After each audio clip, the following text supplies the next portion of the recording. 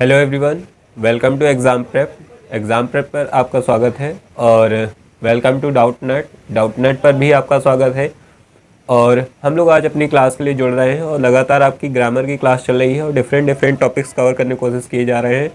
कुछ क्लासें हम लोग और लेंगे, उसके बाद हम लोग सीधे प्रैक्टिस सेशन पर आ जाएंगे जो टॉपिक से रिलेटेड होंगे। ठीक है, तो आपके प्रैक्टिस सेशन शुरू कराने से पहले कुछ टॉपिक्स पढ़ाने ज़रूरी हैं, जो ऊपर रफली आपको पढ़ाने ज़रूरी हैं, जिससे आपका रिवीजन हो जाए क्विक। तो आज मैं आपके साथ जो टॉपिक डिस्कस करूंगा उसका नाम है वर्ब, यानी क्रिया, जिससे आपके फिलर्स आते हैं। ठीक है, तो टेंस आप पढ़ रहे हैं, वहाँ से भी आपका वर्ब बहुत कुछ कवर होता चलेगा और कुछ वर्ब में चीज़ें हैं जो आप यहाँ पर कवर कर लेंगे।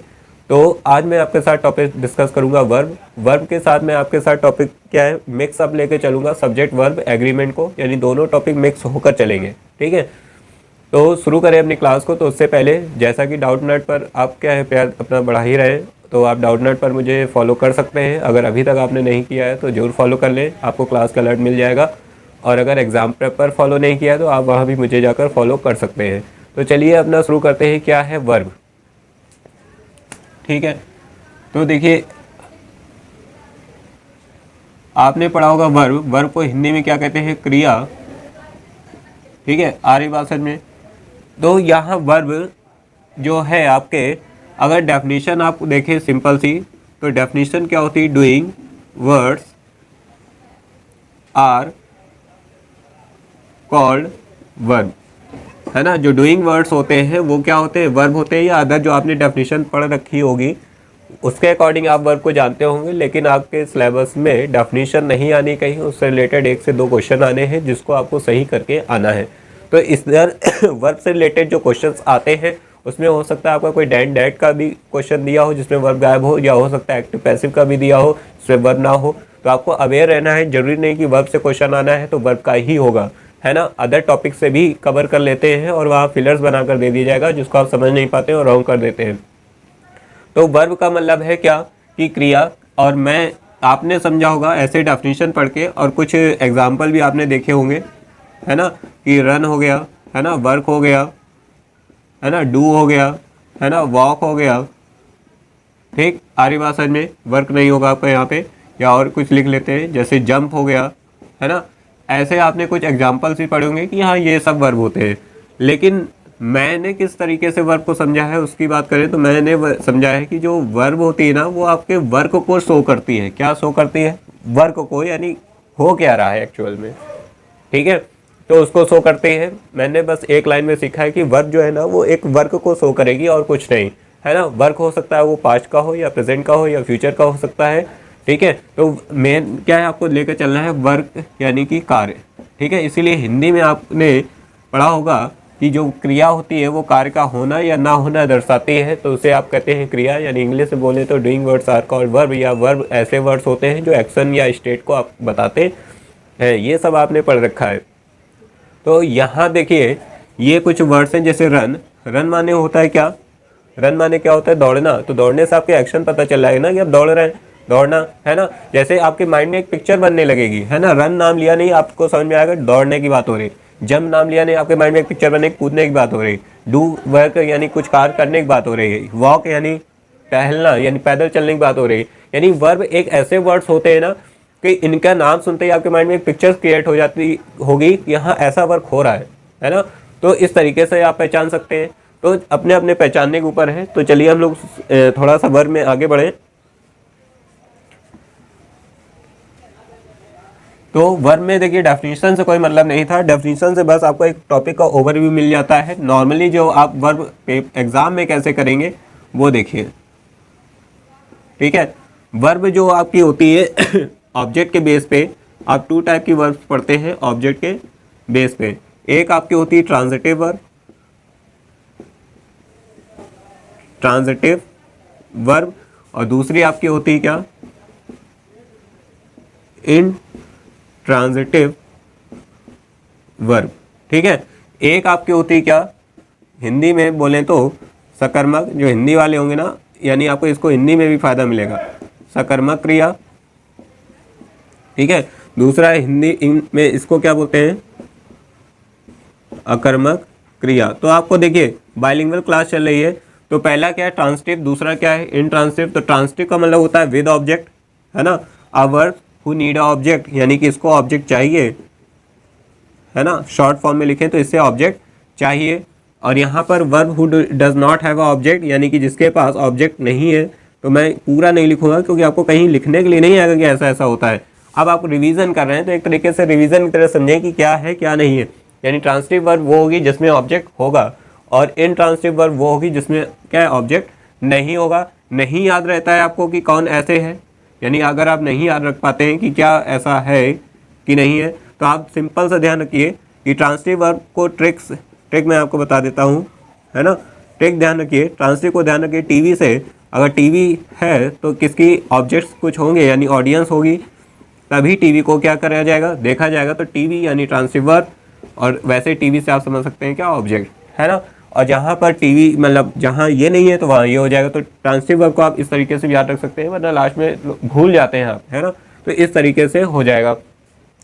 तो ये आपका हो गया क्या ट्रांसिटिव और इनट्रांसिटिव, ठीक है। इसी के साथ साथ आप क्या पढ़ते हैं ऑक्सिलरी वर्ब भी पढ़ते हैं, ठीक है। क्या पढ़ते हैं ऑक्सिलरी वर्ब, ठीक है। तो एक एक करके हम लोग डिस्कस करते चलेंगे। देखिए ट्रांसिटिव इंट्रांसिटिव पूछा जाएगा तो आप ऐसे पता कर लेंगे, जिसमें ऑब्जेक्ट होगा और जिसमें ऑब्जेक्ट नहीं होगा वो इंट्रांसिटिव हो जाएगा। तो अगर इसमें भी आपको डिफिकल्टी हो रही है, तो इसमें भी अगर आपको डिफिकल्टीज अगर फेस हो रही है, तो ट्रांसिटिव वर्ब के लिए आप क्वेश्चन करेंगे किसका, व्हाट का। व्हाट का क्वेश्चन करना है खुद से। उस क्वेश्चन में अगर आपको आंसर मिल जा रहा है तो इसका मतलब वो ट्रांसिटिव वर्ब ही है, अगर नहीं मिल रहा है तो वो ट्रांसिटिव वर्ब नहीं है। तो ये आप समझ गए होंगे। तो ये शॉर्टकट था। चलिए अब उसके बाद वर्ब की बात करते हैं, लिंकिंग वर्ब, है ना। जो जो आता है बस वही वही डिस्कस करेंगे, लिंकिंग वर्ब, और एक बात करेंगे क्या, हेल्पिंग वर्ब की, ठीक है। लिंकिंग वर्ब और हेल्पिंग वर्ब की। तो लिंकिंग वर्ब देखिए, लिंकिंग वर्ब में आप लिखेंगे helping verb without main verb, है ना। Helping verb without main verb, और यहां पर लिखेंगे linking verb with main verb, ठीक है। पहले वाले में आप लिखेंगे कि लिंकिंग वर्ब क्या है, helping verb without main verb, यानी सहायक क्रिया हेल्पिंग वर्ब जो आप देखते हैं इज एम आर ये सब, अगर इसके साथ मेन वर्ब ना हो तो वही हेल्पिंग वर्ब लिंकिंग वर्ब हो जाती है, ठीक है। पहला पॉइंट, अगर लिंकिंग वर्ब के साथ मेन वर्ब आ जाए, है ना, तो मेन वर्ब दी हो, मुख्य क्रिया भी दी हो लिंकिंग वर्ब के साथ, तो वही लिंकिंग वर्ब किसका काम करने लगती है, हेल्पिंग वर्ब का। तो ये दो पॉइंट आप नोट करेंगे, लिंकिंग वर्ब और हेल्पिंग वर्ब में डिफरेंस, ठीक है। तो लिंकिंग वर्ब और इसमें डिफरेंस नोट करेंगे। जैसे मान लो यहाँ एग्जांपल लिख रहा हूँ, जैसे लिखा है आई एम और डॉक्टर, और यहाँ पर लिखा है जैसे I am going to school, ठीक है। तो देखिए पहचानिए, यहाँ पर एम दिया हुआ है तो ये आपको देखने में लगेगा हेल्पिंग वर्ब, लेकिन इसके बाद मेन वर्ब नहीं दी है, ये इसको कनेक्ट कर रही है, किसको, आई को इससे लिंक कर रही है। तो इसलिए ये एम यहाँ पर क्या है, एक लिंकिंग वर्ब है, क्योंकि यहाँ मेन वर्ब नहीं है इसीलिए लिखा है मैंने। और यहाँ देखिए ये एक लिंकिंग वर्ब नहीं है, क्यों, क्योंकि इसके बाद एक मेन वर्ब है गोइंग, जिससे आपको मुख्य क्रिया यानी जिससे मुख्य कार्य आपको पता चल रहा है, इसलिए यहाँ ये जो एम है वो हेल्पिंग वर्ब है, यहाँ जो है वो क्या है, लिंकिंग वर्ब है। तो आपको लिंकिंग वर्ब और हेल्पिंग वर्ब के बारे में समझ में आ गया होगा, कैसे आप डिफरेंस करेंगे लिंकिंग वर्ब और मेन वर्ब का, ठीक है।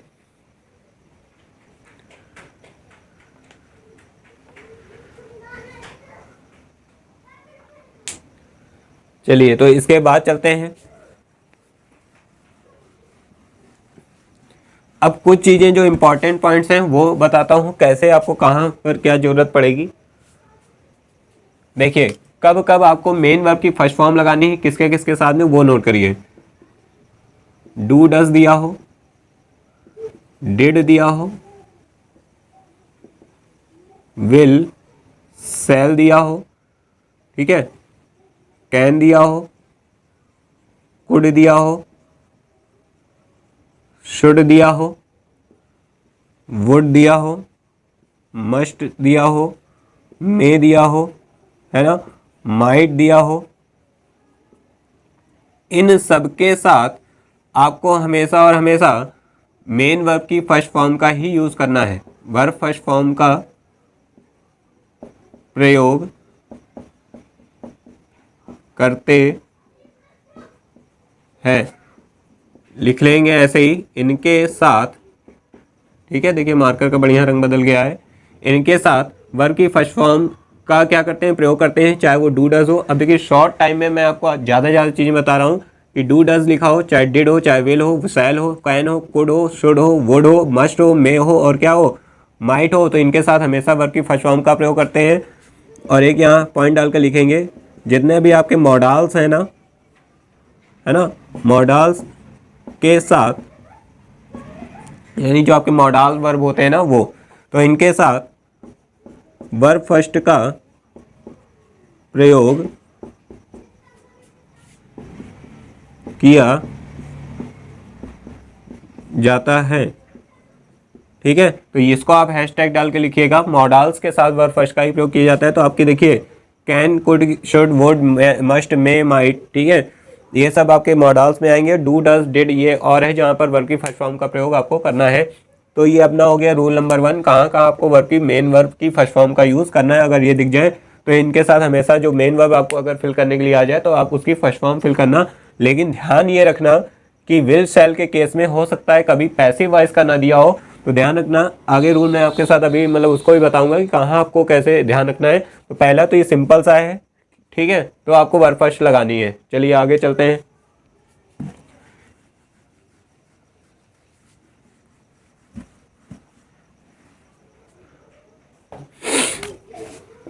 दूसरा ये है कि अगर आपको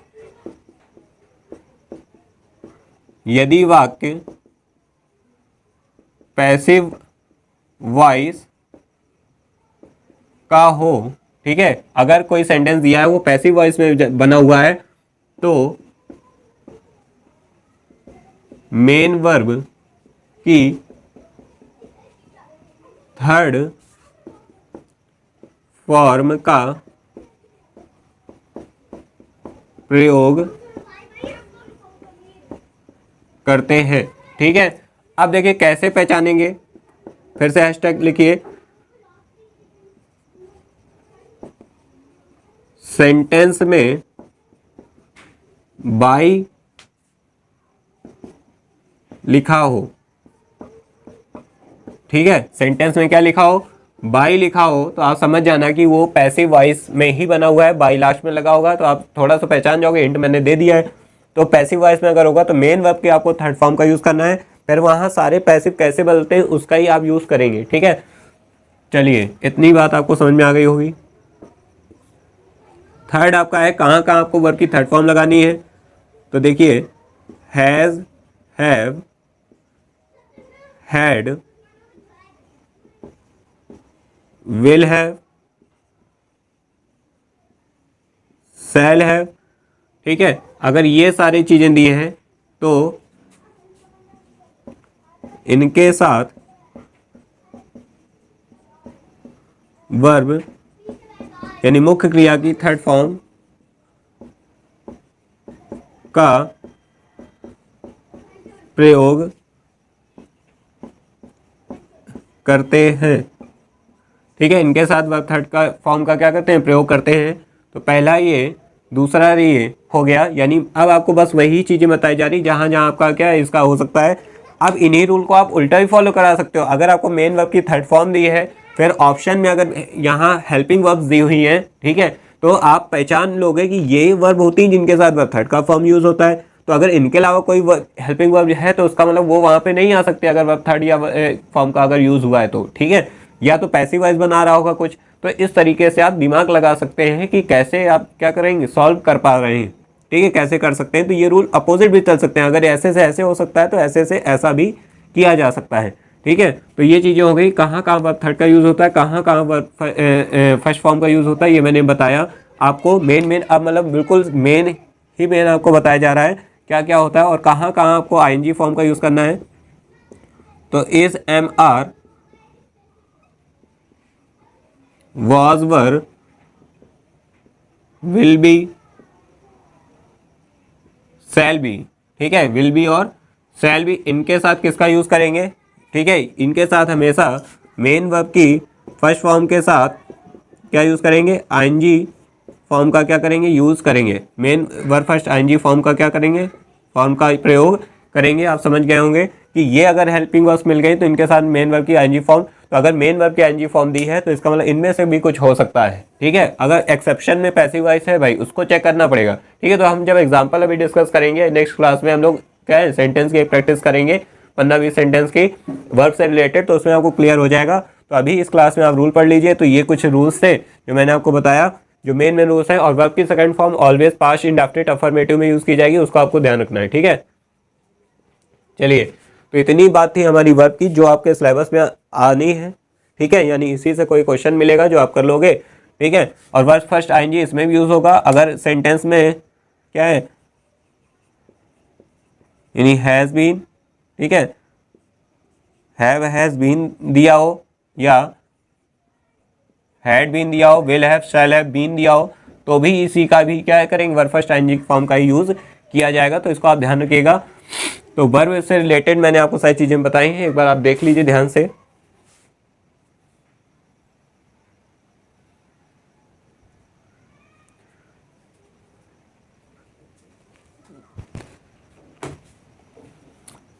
चलिए, तो ये आपने समझ लिया होगा कैसे क्या करते हैं वर्ब में। तो वर्ब को जितना मतलब आपके सिलेबस जिस हिसाब से कुछ प्रीवियस ईयर पेपर देखे उसमें जिस हिसाब से क्वेश्चंस हैं उस हिसाब से मैंने आपको ये वर्ब का चैप्टर रिवीजन कराया है, ठीक है। इससे बाहर आपका कुछ क्वेश्चन निकल के नहीं जाएगा। अगली क्लास जब हम लेंगे 15-20 क्वेश्चन जब आपके साथ डिस्कस करेंगे तो आपको पता चल जाएगा कि हाँ जो इस क्लास में पढ़ा है वही है, यहाँ पे कुछ अदर क्वेश्चंस नहीं है, कोई बाहर से क्वेश्चन नहीं आए हैं, सब वही के वही दिए हुए हैं। तो नेक्स्ट क्लास का आपको वेट करना है, ठीक है। नेक्स्ट क्लास में आपको प्रैक्टिस करा दी जाएगी, एक भी क्वेश्चन आपसे छूटेगा नहीं ग्रामर पोर्शन का। 5-6 नंबर का जो भी आना है वो सब क्या होगा, आप पूरा का पूरा करके आओगे। जो ये मिक्स क्वेश्चंस आएंगे ना उनको, ठीक है। फिर ऐसे हम लोग प्रेपोजिशन की तरफ बढ़ेंगे, ऐसे रीऑर्डर आता है जो, ठीक है, उसकी तरफ देखेंगे, ठीक है। और साथ ही साथ मतलब ग्रामर पोर्शन आपको पूरा कंप्लीट करवाना है तो उसको हम लोग कंप्लीट करेंगे, ठीक। तो आपको बस क्या करना है, ज़्यादा से ज़्यादा बच्चों को जोड़ना है। और अब अपनी क्लास बिल्कुल फ्लो में हो रही है, ठीक है। तो बस आपको अपना फ्लो बिगड़ने नहीं देना है, तो अपनी इस क्लास में जुड़े रहना है।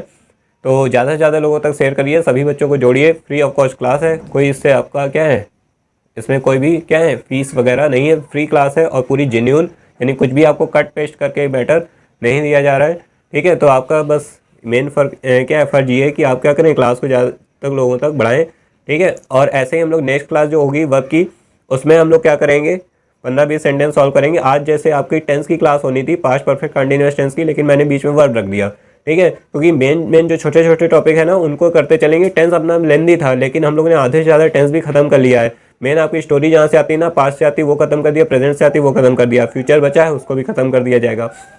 तो आपका क्या है, काफ़ी पोर्शन कवर हो गया है, ठीक है। और बचा है फर्स्ट पोर्शन, तो फर्स्ट पोर्शन में लेटर टू गॉड वाला लेसन आपको दे दिया गया है, ठीक है, उसको आप सॉल्व करेंगे। और मैं एक 20 या 25 क्वेश्चंस की लिस्ट बनाऊंगा, 30 क्वेश्चंस की, वो 2-3 पार्ट में आपको मिल जाएगी, ठीक है।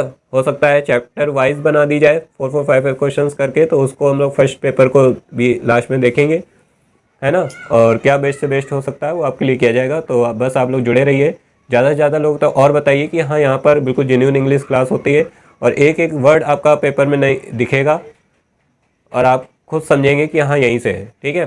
तो चलिए मिलेंगे अपनी नेक्स्ट क्लास में, तब तक के लिए थैंक यू क्लास, ऐसे ही पढ़ते रहिए।